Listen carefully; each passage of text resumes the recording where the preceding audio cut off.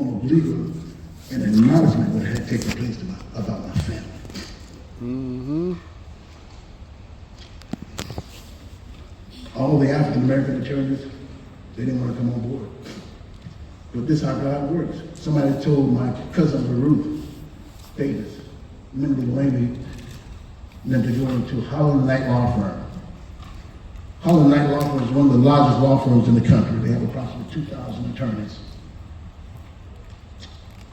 And there was an attorney there by the name of Steve Hamlin. He wanted to be here this morning, but unfortunately we couldn't work out the IT logistics for him to be here this morning to speak to you guys this morning. So Steve listened, and he said he had already been approached by a Hollywood movie producer who had talked to Cousin LaRue and asked him to sign this contract because he was going to do a movie about Rosewood. And he had been talking to Susan DePlacy. She was over worked at Motown Records. She was over the entertainment department. But unfortunately, nothing came about that. So Steve said, you know what? I'm going to take this case. And they did, the pro bono section, free. Didn't charge us one dime. This firm spent over between $1 and $2 million of their own personal money. He said the first thing we need to do, we need to have a meeting with those family members that you are attached to tell the story. Well, about this time, Ed Bradley of 60 Minutes did a segment on 60 Minutes about Rosewood. Mm-hmm. And there was a local reporter there in Tampa, Florida by the name of Gary Moore, had started doing some investigation. He actually went out and started talking to some of the people who were part of the lynch mob to kill my family. He encountered these 3 brothers, and they had pickle jars. And inside those pickle jars were my family body parts. Mm-mm. Tongues, ears, private. So every year, he told the reporter that all the whites got together and they would have a feast about what they did to these ends. I don't have to say the word, you refer to what I'm talking about. Oh, shit, say it. So Steve and them used this information to build a case. And during this time, the segment of 60 Minutes had aired. So it started getting a lot of national attention. My grandmother was furious. She told Arnett, she told her brother, don't talk to me. You don't know what you're doing. You don't know about rabbits. Oh, leave it alone. During that time period, prior to 1982, my grandfather's brother was his name was Virgil. I want you guys to Google this at a later period of time and read about him. His name was attorney Virgil Darnell Hawkins. He was the communications director at Bethune-Cookman College. So he saw that during the 47, he saw that there was a need for legal representation in the black community. He told me, he said, as a kid in the early 1900s, him and his dad would go to town on the horse and buggy, and he was speaking to the courthouse. And he said in that courthouse, he saw nothing but us, but no legal representation.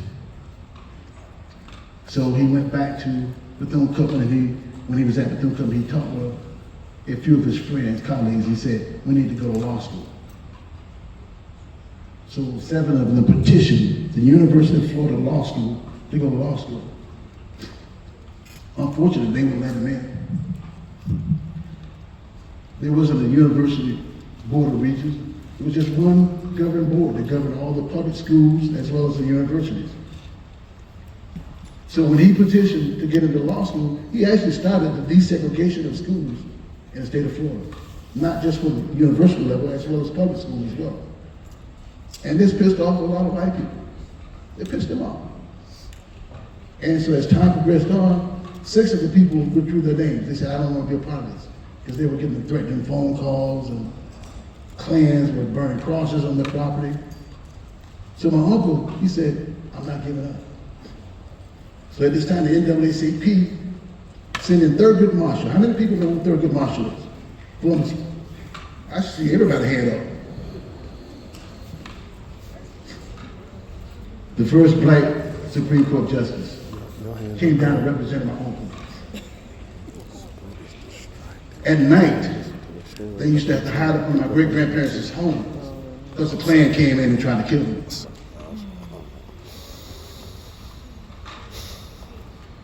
They tried to kill them. So my uncle went through the process, the legal process, and went to the United States Supreme Court and won. They did what they call demand. They demanded that the Florida Supreme Court to allow him into law school. They still wouldn't let him in. Not one time, not two, not three, 4 times they sent a demand letter and told them to allow him into law school. They wouldn't let him in. The highest court of the land, the state of Florida, disobeyed. So they said, well, this is what we'll do. We will dismiss the order and allow someone to go to law school, and African American, but it won't be you. He said, I agree. So he left and went to the North and got his degree. And then when he came back, they wouldn't let him take the law license. The law exam, excuse me. The bar exam. So from 49 until 1979, he was fighting, trying to get his law license. They finally gave him his law license in 1980. He was 82 years old. 82 years old. Slick. We just recently got the University of Florida named the Civil Law Clinic after him, as well as a statue. During that time period, when they were trying to get him to drop his petition, they said, okay, you want to go to law school? You go to FAMU. This is how FAMU first got their first law school back in the 50s. For him. He said, I don't have a problem going to FAMU. He said, but I want to go to the University of Florida. And the reason he wanted to go to the University of Florida Law School, because of the pedigree that came out of that school. Doctors, politicians, senators, judges. He said, that's why I want to go. I want to be educated. I don't want to go to a brand new law school. I want to go where these type of scholars come from. So that's how family got their first law school. And eventually they had to shut that law school down because Florida State didn't have a law school. They said, you gave those ears a law school and we don't have one. So they shut family law school down and moved all the books in the law school to FSU.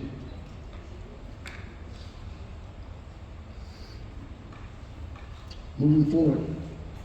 So during that time period, my grandmother was scared because they were getting threatening letters. You all didn't learn your lessons. We come to do the same thing we did to you all in 1923 because your brother-in-law was trying to integrate the school. My grandmother was furious again. Became sick. When she was sitting on that porch, sometimes she was going through a coma stage. And you could be talking to her, it was like she was like a zombie. But internally, she was hurting. She had multiple strokes. And I spent a lot of time with her. When we talked about Rosewood, we talked about life. We talked about the family, those that she didn't know and was connected to. And then she did talk about family members that she said she didn't know where they were and their childhood. She talked about that. She talked about her mom, her dad. But that was the extent of that conversation.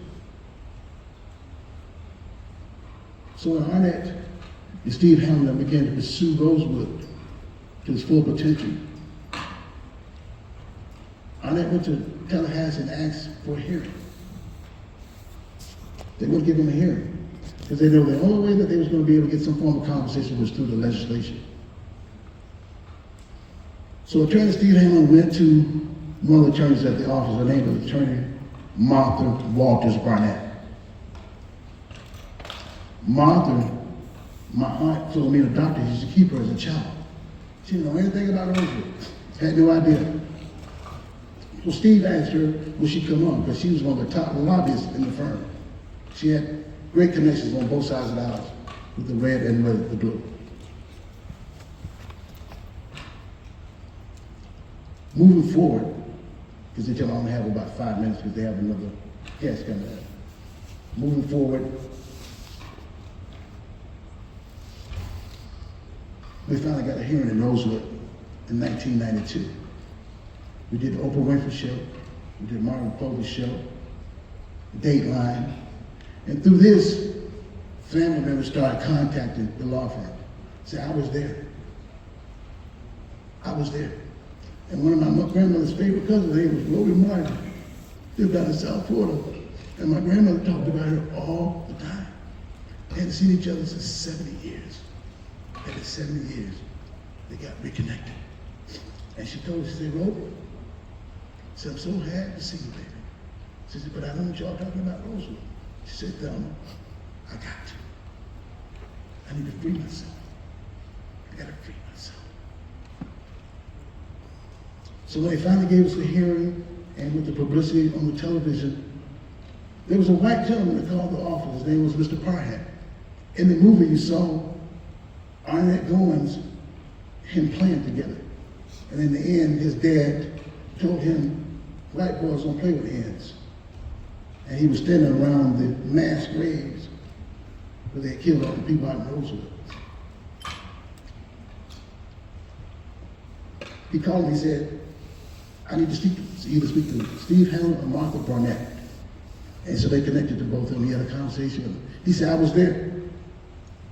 He said, I was a little boy, and he went to naming all these individuals who were part of it. He even talked about those 3 individuals that had the body parts, who were still living.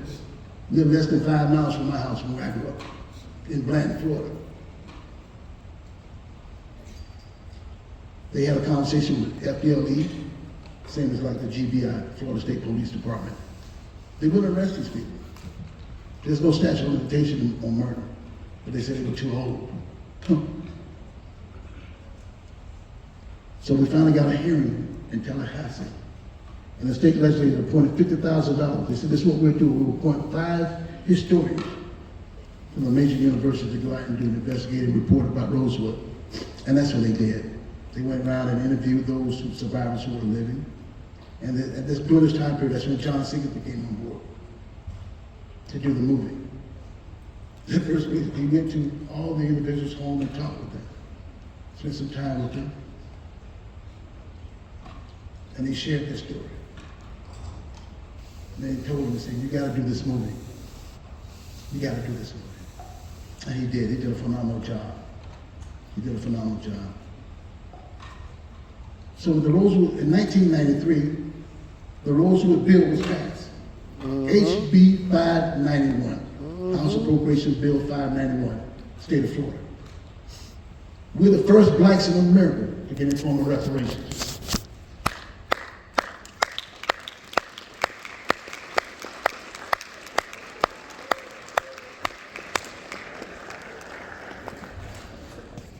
Part of that reparations bill, they gave the family $2.1 million.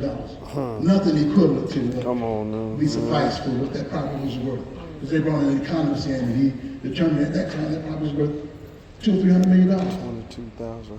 But the state was not going to give us that form of money. And it wasn't about the money, it was about them recognizing and acknowledging. So Martha, when they told me, she said, I want an attachment to that bill. And on that bill, I want an educational part. So if you're a descendant of Rosewood, you can go to College Street to any state university in the state of Florida. As of today, we have successfully graduated 305 descendants from college. And school teachers without. And I'm honored today to have my cousin. She's one of the first ones, would you please stand, to graduate on that bill.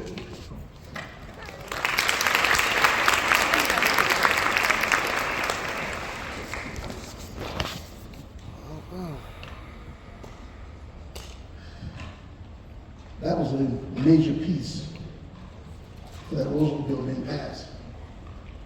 My cousin went out to Fulton, to Fulton, Oklahoma, and Tulsa, Oklahoma, trying to help those individuals trying to get reparations. Unfortunately, nothing happened. There's some other cities throughout the United States that's trying to correct that wrong. And that's what Mr. Coleman was doing with the Fulton County Task Force for reparations, as well as the city of Atlanta. I guarantee you, if you go home and have a conversation with your mother or your grandmother or some of your other family members, you have a Rosewood story in your family too. That's right. Rosewood is not just limited to my family, but we're telling the story because I want people to understand the pain, the suffering that my family is important. The sacrifices. You talk about a group of people, they didn't have an education when they went out to Rosewood and cultivate that land in 1865. They went on wit and knowledge. But they wanted to develop right for us. And that's exactly why it's important for you all to know your history. It's very important. Know where you come from. That's right. You can't let everybody else tell you his story. That's right. Learn your own story. We got a group of individuals trying to suffocate that throughout the United States. There's a gentleman down in Florida right now today that's trying to pass a bill to eliminate the Rosewood Scholarship. But I got a call yesterday and said this legislature appointed more money for 2024. So we're very grateful for that. This past January 2023 was 100 years that Rosewood took place. My sister, Dr. Scantling Moore, made me promise her on her deathbed. She said, I want you to let the world know what Holland Knight Law Firm did, and we're the first black to get the form of reparations in America. When we went back down to Rosewood, we had a week long of festivities. I brought in Attorney Ben Crump, professors from all through the United States of America. I have Mr. Brian Bonds here with me today. His father-in-law is Dr. Marvin Dunn. He's the only African-American owns property in Rosewood today. So we had a big event on his property. 3 months prior to the event, in September 22, the neighbor across the street was pissed off because they were out there. He got in his vehicle and drove up and down the road. The last time he came up on the property and tried to run Mr. Dunn's son over with the car.